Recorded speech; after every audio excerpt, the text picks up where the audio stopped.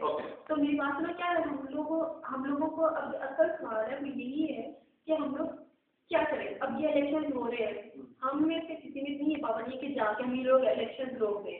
वैसे तो इनमें से कोई भी फ्लाइट नहीं है कि इनको वोट दिया जाए। क्या तुम लोगों को लगता नहीं है कि वो इंसानों के सौदागर में बैठे हुए हैं? दुनिया में हमें करना चाहते हैं। ओके, दुनिया में एक चीज है, दुनिया में एक चीज जो कि फाइनल हो चुकी है, अब तक का जो माना गया सिस्टम सबसे बड़ा रिस्क करता है, that is the democratic system. ठीक है, वो जमहूरियत है। जमहूरियत में क्या होता है, अगर आप जिस मर्जी सिस्टम को स्टडी कर रहे हो, चाहे अमेरिकन है, चाहे वो इंडियन है, चाहे जापानीज है, उसमें क्या होता है कि इलेक्शन एक ऐसा प्यारा पाइपलाइन है कि उसके थ्रू अगर एक दफा कोई करप्ट आदमी आएगा, दूसरी दफा आएगा, तीसरी दफा आएगा, जो वोट की ताकत है आपकी वो उसको निगेट करते हैं। मैं अब उसको एग्जांपल से जस्टिफाई करूंगा। 1988 से 1999 11 साल का पीरियड है। इस 11 साल के पीरियड में 4 गवर्नमेंटें हुई, 2 दफा बेनजीर और 2 दफा नवाज शरीफ। अगर आप देखो कि पहले दौर में नवाज शरीफ किस तरह की हुकूमत कर रहा है, वो लोगों को बगैर मेरिट के भर्ती कर रहा है। बेनजीर ने भी ऐसा ही किया। बेनजीर का जो दूसरा पीरियड है उसमें उसके ऊपर करप्शन के बेतहाशा इल्जाम लगे। ऐसा हुआ, आप लोगों ने अपने वोट से 1997 के इलेक्शन में पीपल्स पार्टी को सियासत से आउट कर दिया और अपनी नफरत का इजहार आपने अपने वोट से किया और सारे वोट से किसको दिए? नवाज शरीफ को। नवाज शरीफ को सेंस हो गया उस वक्त जब 97 का इलेक्शन हुआ। सेंस क्या हुआ कि यार आपको अगर काम ना किए तो इन लोगों ने नहीं बख्शना मुझे। अगर नवाज शरीफ के आखिरी दौर को आप देखोगे तो उसके अंदर उसने इंस्टीट्यूट कुछ बिल्ड करने की कोशिश की। अभी वो कर रहा था कुछ, तो फिर एक जर्नैल को याद आया कि जनाब जो है अवाम की तरफ कोई चीज जाने लगी है, उनकी तरफ कोई फंड जाने लगे हैं। लेकिन अगर मैं सिर्फ दावे के साथ कह सकता हूं, सिर्फ 3 इलेक्शन 5-5 साल बाद सिर्फ 3 इलेक्शन हमें उस तरक्की की राह के ऊपर ले जाएंगे जहां हम मलेशिया और कोरिया से आगे निकल सकते हैं। हम मेजर पार्टी के मैनिफेस्टो को देखते हैं तो उसमें ये बात लगती है कि वो इंतखाबात को यानी जारी रखना चाहते हैं, उसमें पार्टिसिपेट करना चाहते हैं। और उनका टॉप एजेंडा जो पीपल्स पार्टी और नवाज शरीफ का हम देखते हैं तो जुडिशरी है। तो इससे ये सेंस बनता है कि आवाम जुडिशरी को तो चाहती है लेकिन प्रोटेस्ट पर नहीं आना चाहती। क्या ये बात सही है? साहब ने काफ़ी अच्छा सवाल किया, क्योंकि हम लोग एक स्टूडेंट एक्शन कमेटी की तरफ से या ISF की तरफ से जो है एक पूरी कैंपेन लॉन्च की हुई है जिसमें हम लोगों के पास जाते हैं, उनसे जो है सारा कुछ करते हैं। इसमें सिर्फ एक फैक्टर देखने वाला है।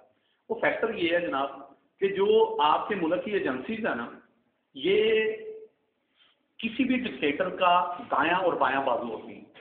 ठीक है, वो कहती हैं कि डिक्टेटरशिप लंबी से लंबी हो ताकि उनको फायदे पहुंचते रहें।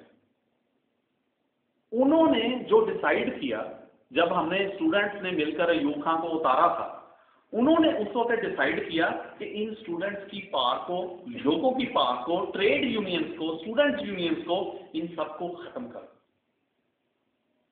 उसमें अदालतों ने भी फैसले किए, लेकिन हमारी रगो पैर में जो जमहूरियत है वो तो हमें कुछ और सबक सिखाती है। इन्होंने ठीक है, इन्होंने 60 साल एफर्ट करके लोगों को सियासी तौर पे दूर कर दिया कि वो मुल्क के मामला से दूर हो जाएं, लेकिन क्या हम हो गए?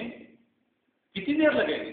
ये हमारा मैसेज जो है जब ये पूरे पाकिस्तान के पास जा रहा होगा तो कितनी देर लगेगी कि हक और सच के लिए जब हम लोग खड़े हो चुके हैं, एक जस्टिस इफ्तिखार खड़ा हो चुका है, उसके पीछे 60 जज खड़े हो चुके हैं, अगर हम ये कर चुके हैं सारा कुछ, तो आज नहीं तो कल तो निकलना ही है सब।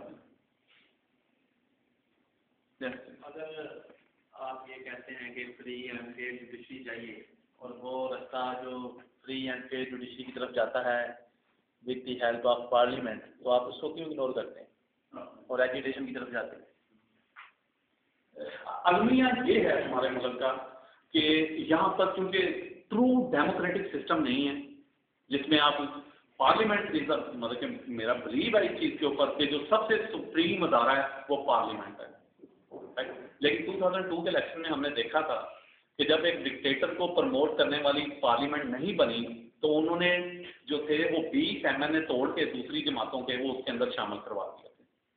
हम लोग अगर प्रोटेस्ट कर रहे हैं तो सिर्फ इस वजह से कर रहे हैं ताकि लोग जो पॉलिटिकल पार्टीज हैं, स्पेशली पॉलिटिकल पार्टीज जो हैं, उनमें ये शाउट डेवलप किया जाए कि अब ये सिविल सोसाइटी भी एग्जिस्ट करती है। सिविल सोसाइटी में लॉयर्स भी हैं, सिविल सोसाइटी में स्टूडेंट्स भी हैं, सिविल सोसाइटी में बिजनेसमैन, तमाम क्लासेस जो हैं वो सारी की सारी एग्जिस्ट करती हैं। और अगर आप देखो तो ये हम लोगों का ही प्रेशर है कि जिसकी बेस के ऊपर तमाम पॉलिटिकल पार्टीज के एजेंडे के ऊपर फर्स्ट रेस्टोरेशन ऑफ जुडिशरी, कि जुडिशरी बहाल होगी और इसी के लिए काम हमने करना है।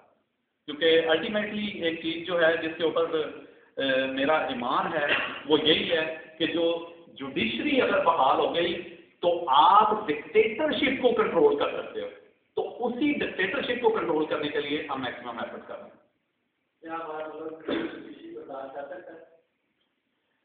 डिक्टेटर बर्दाश्त नहीं कर सकता, हमारा जो डिक्टेटर फिर जुडिशरी नहीं बर्दाश्त कर सकता, और सिविलियन पॉलिटिशियन जिनके जहनों में डिक्टेटरशिप है वो भी नहीं बर्दाश्त कर सकते, लेकिन हम बर्दाश्त कर सकते हैं because we are clean people.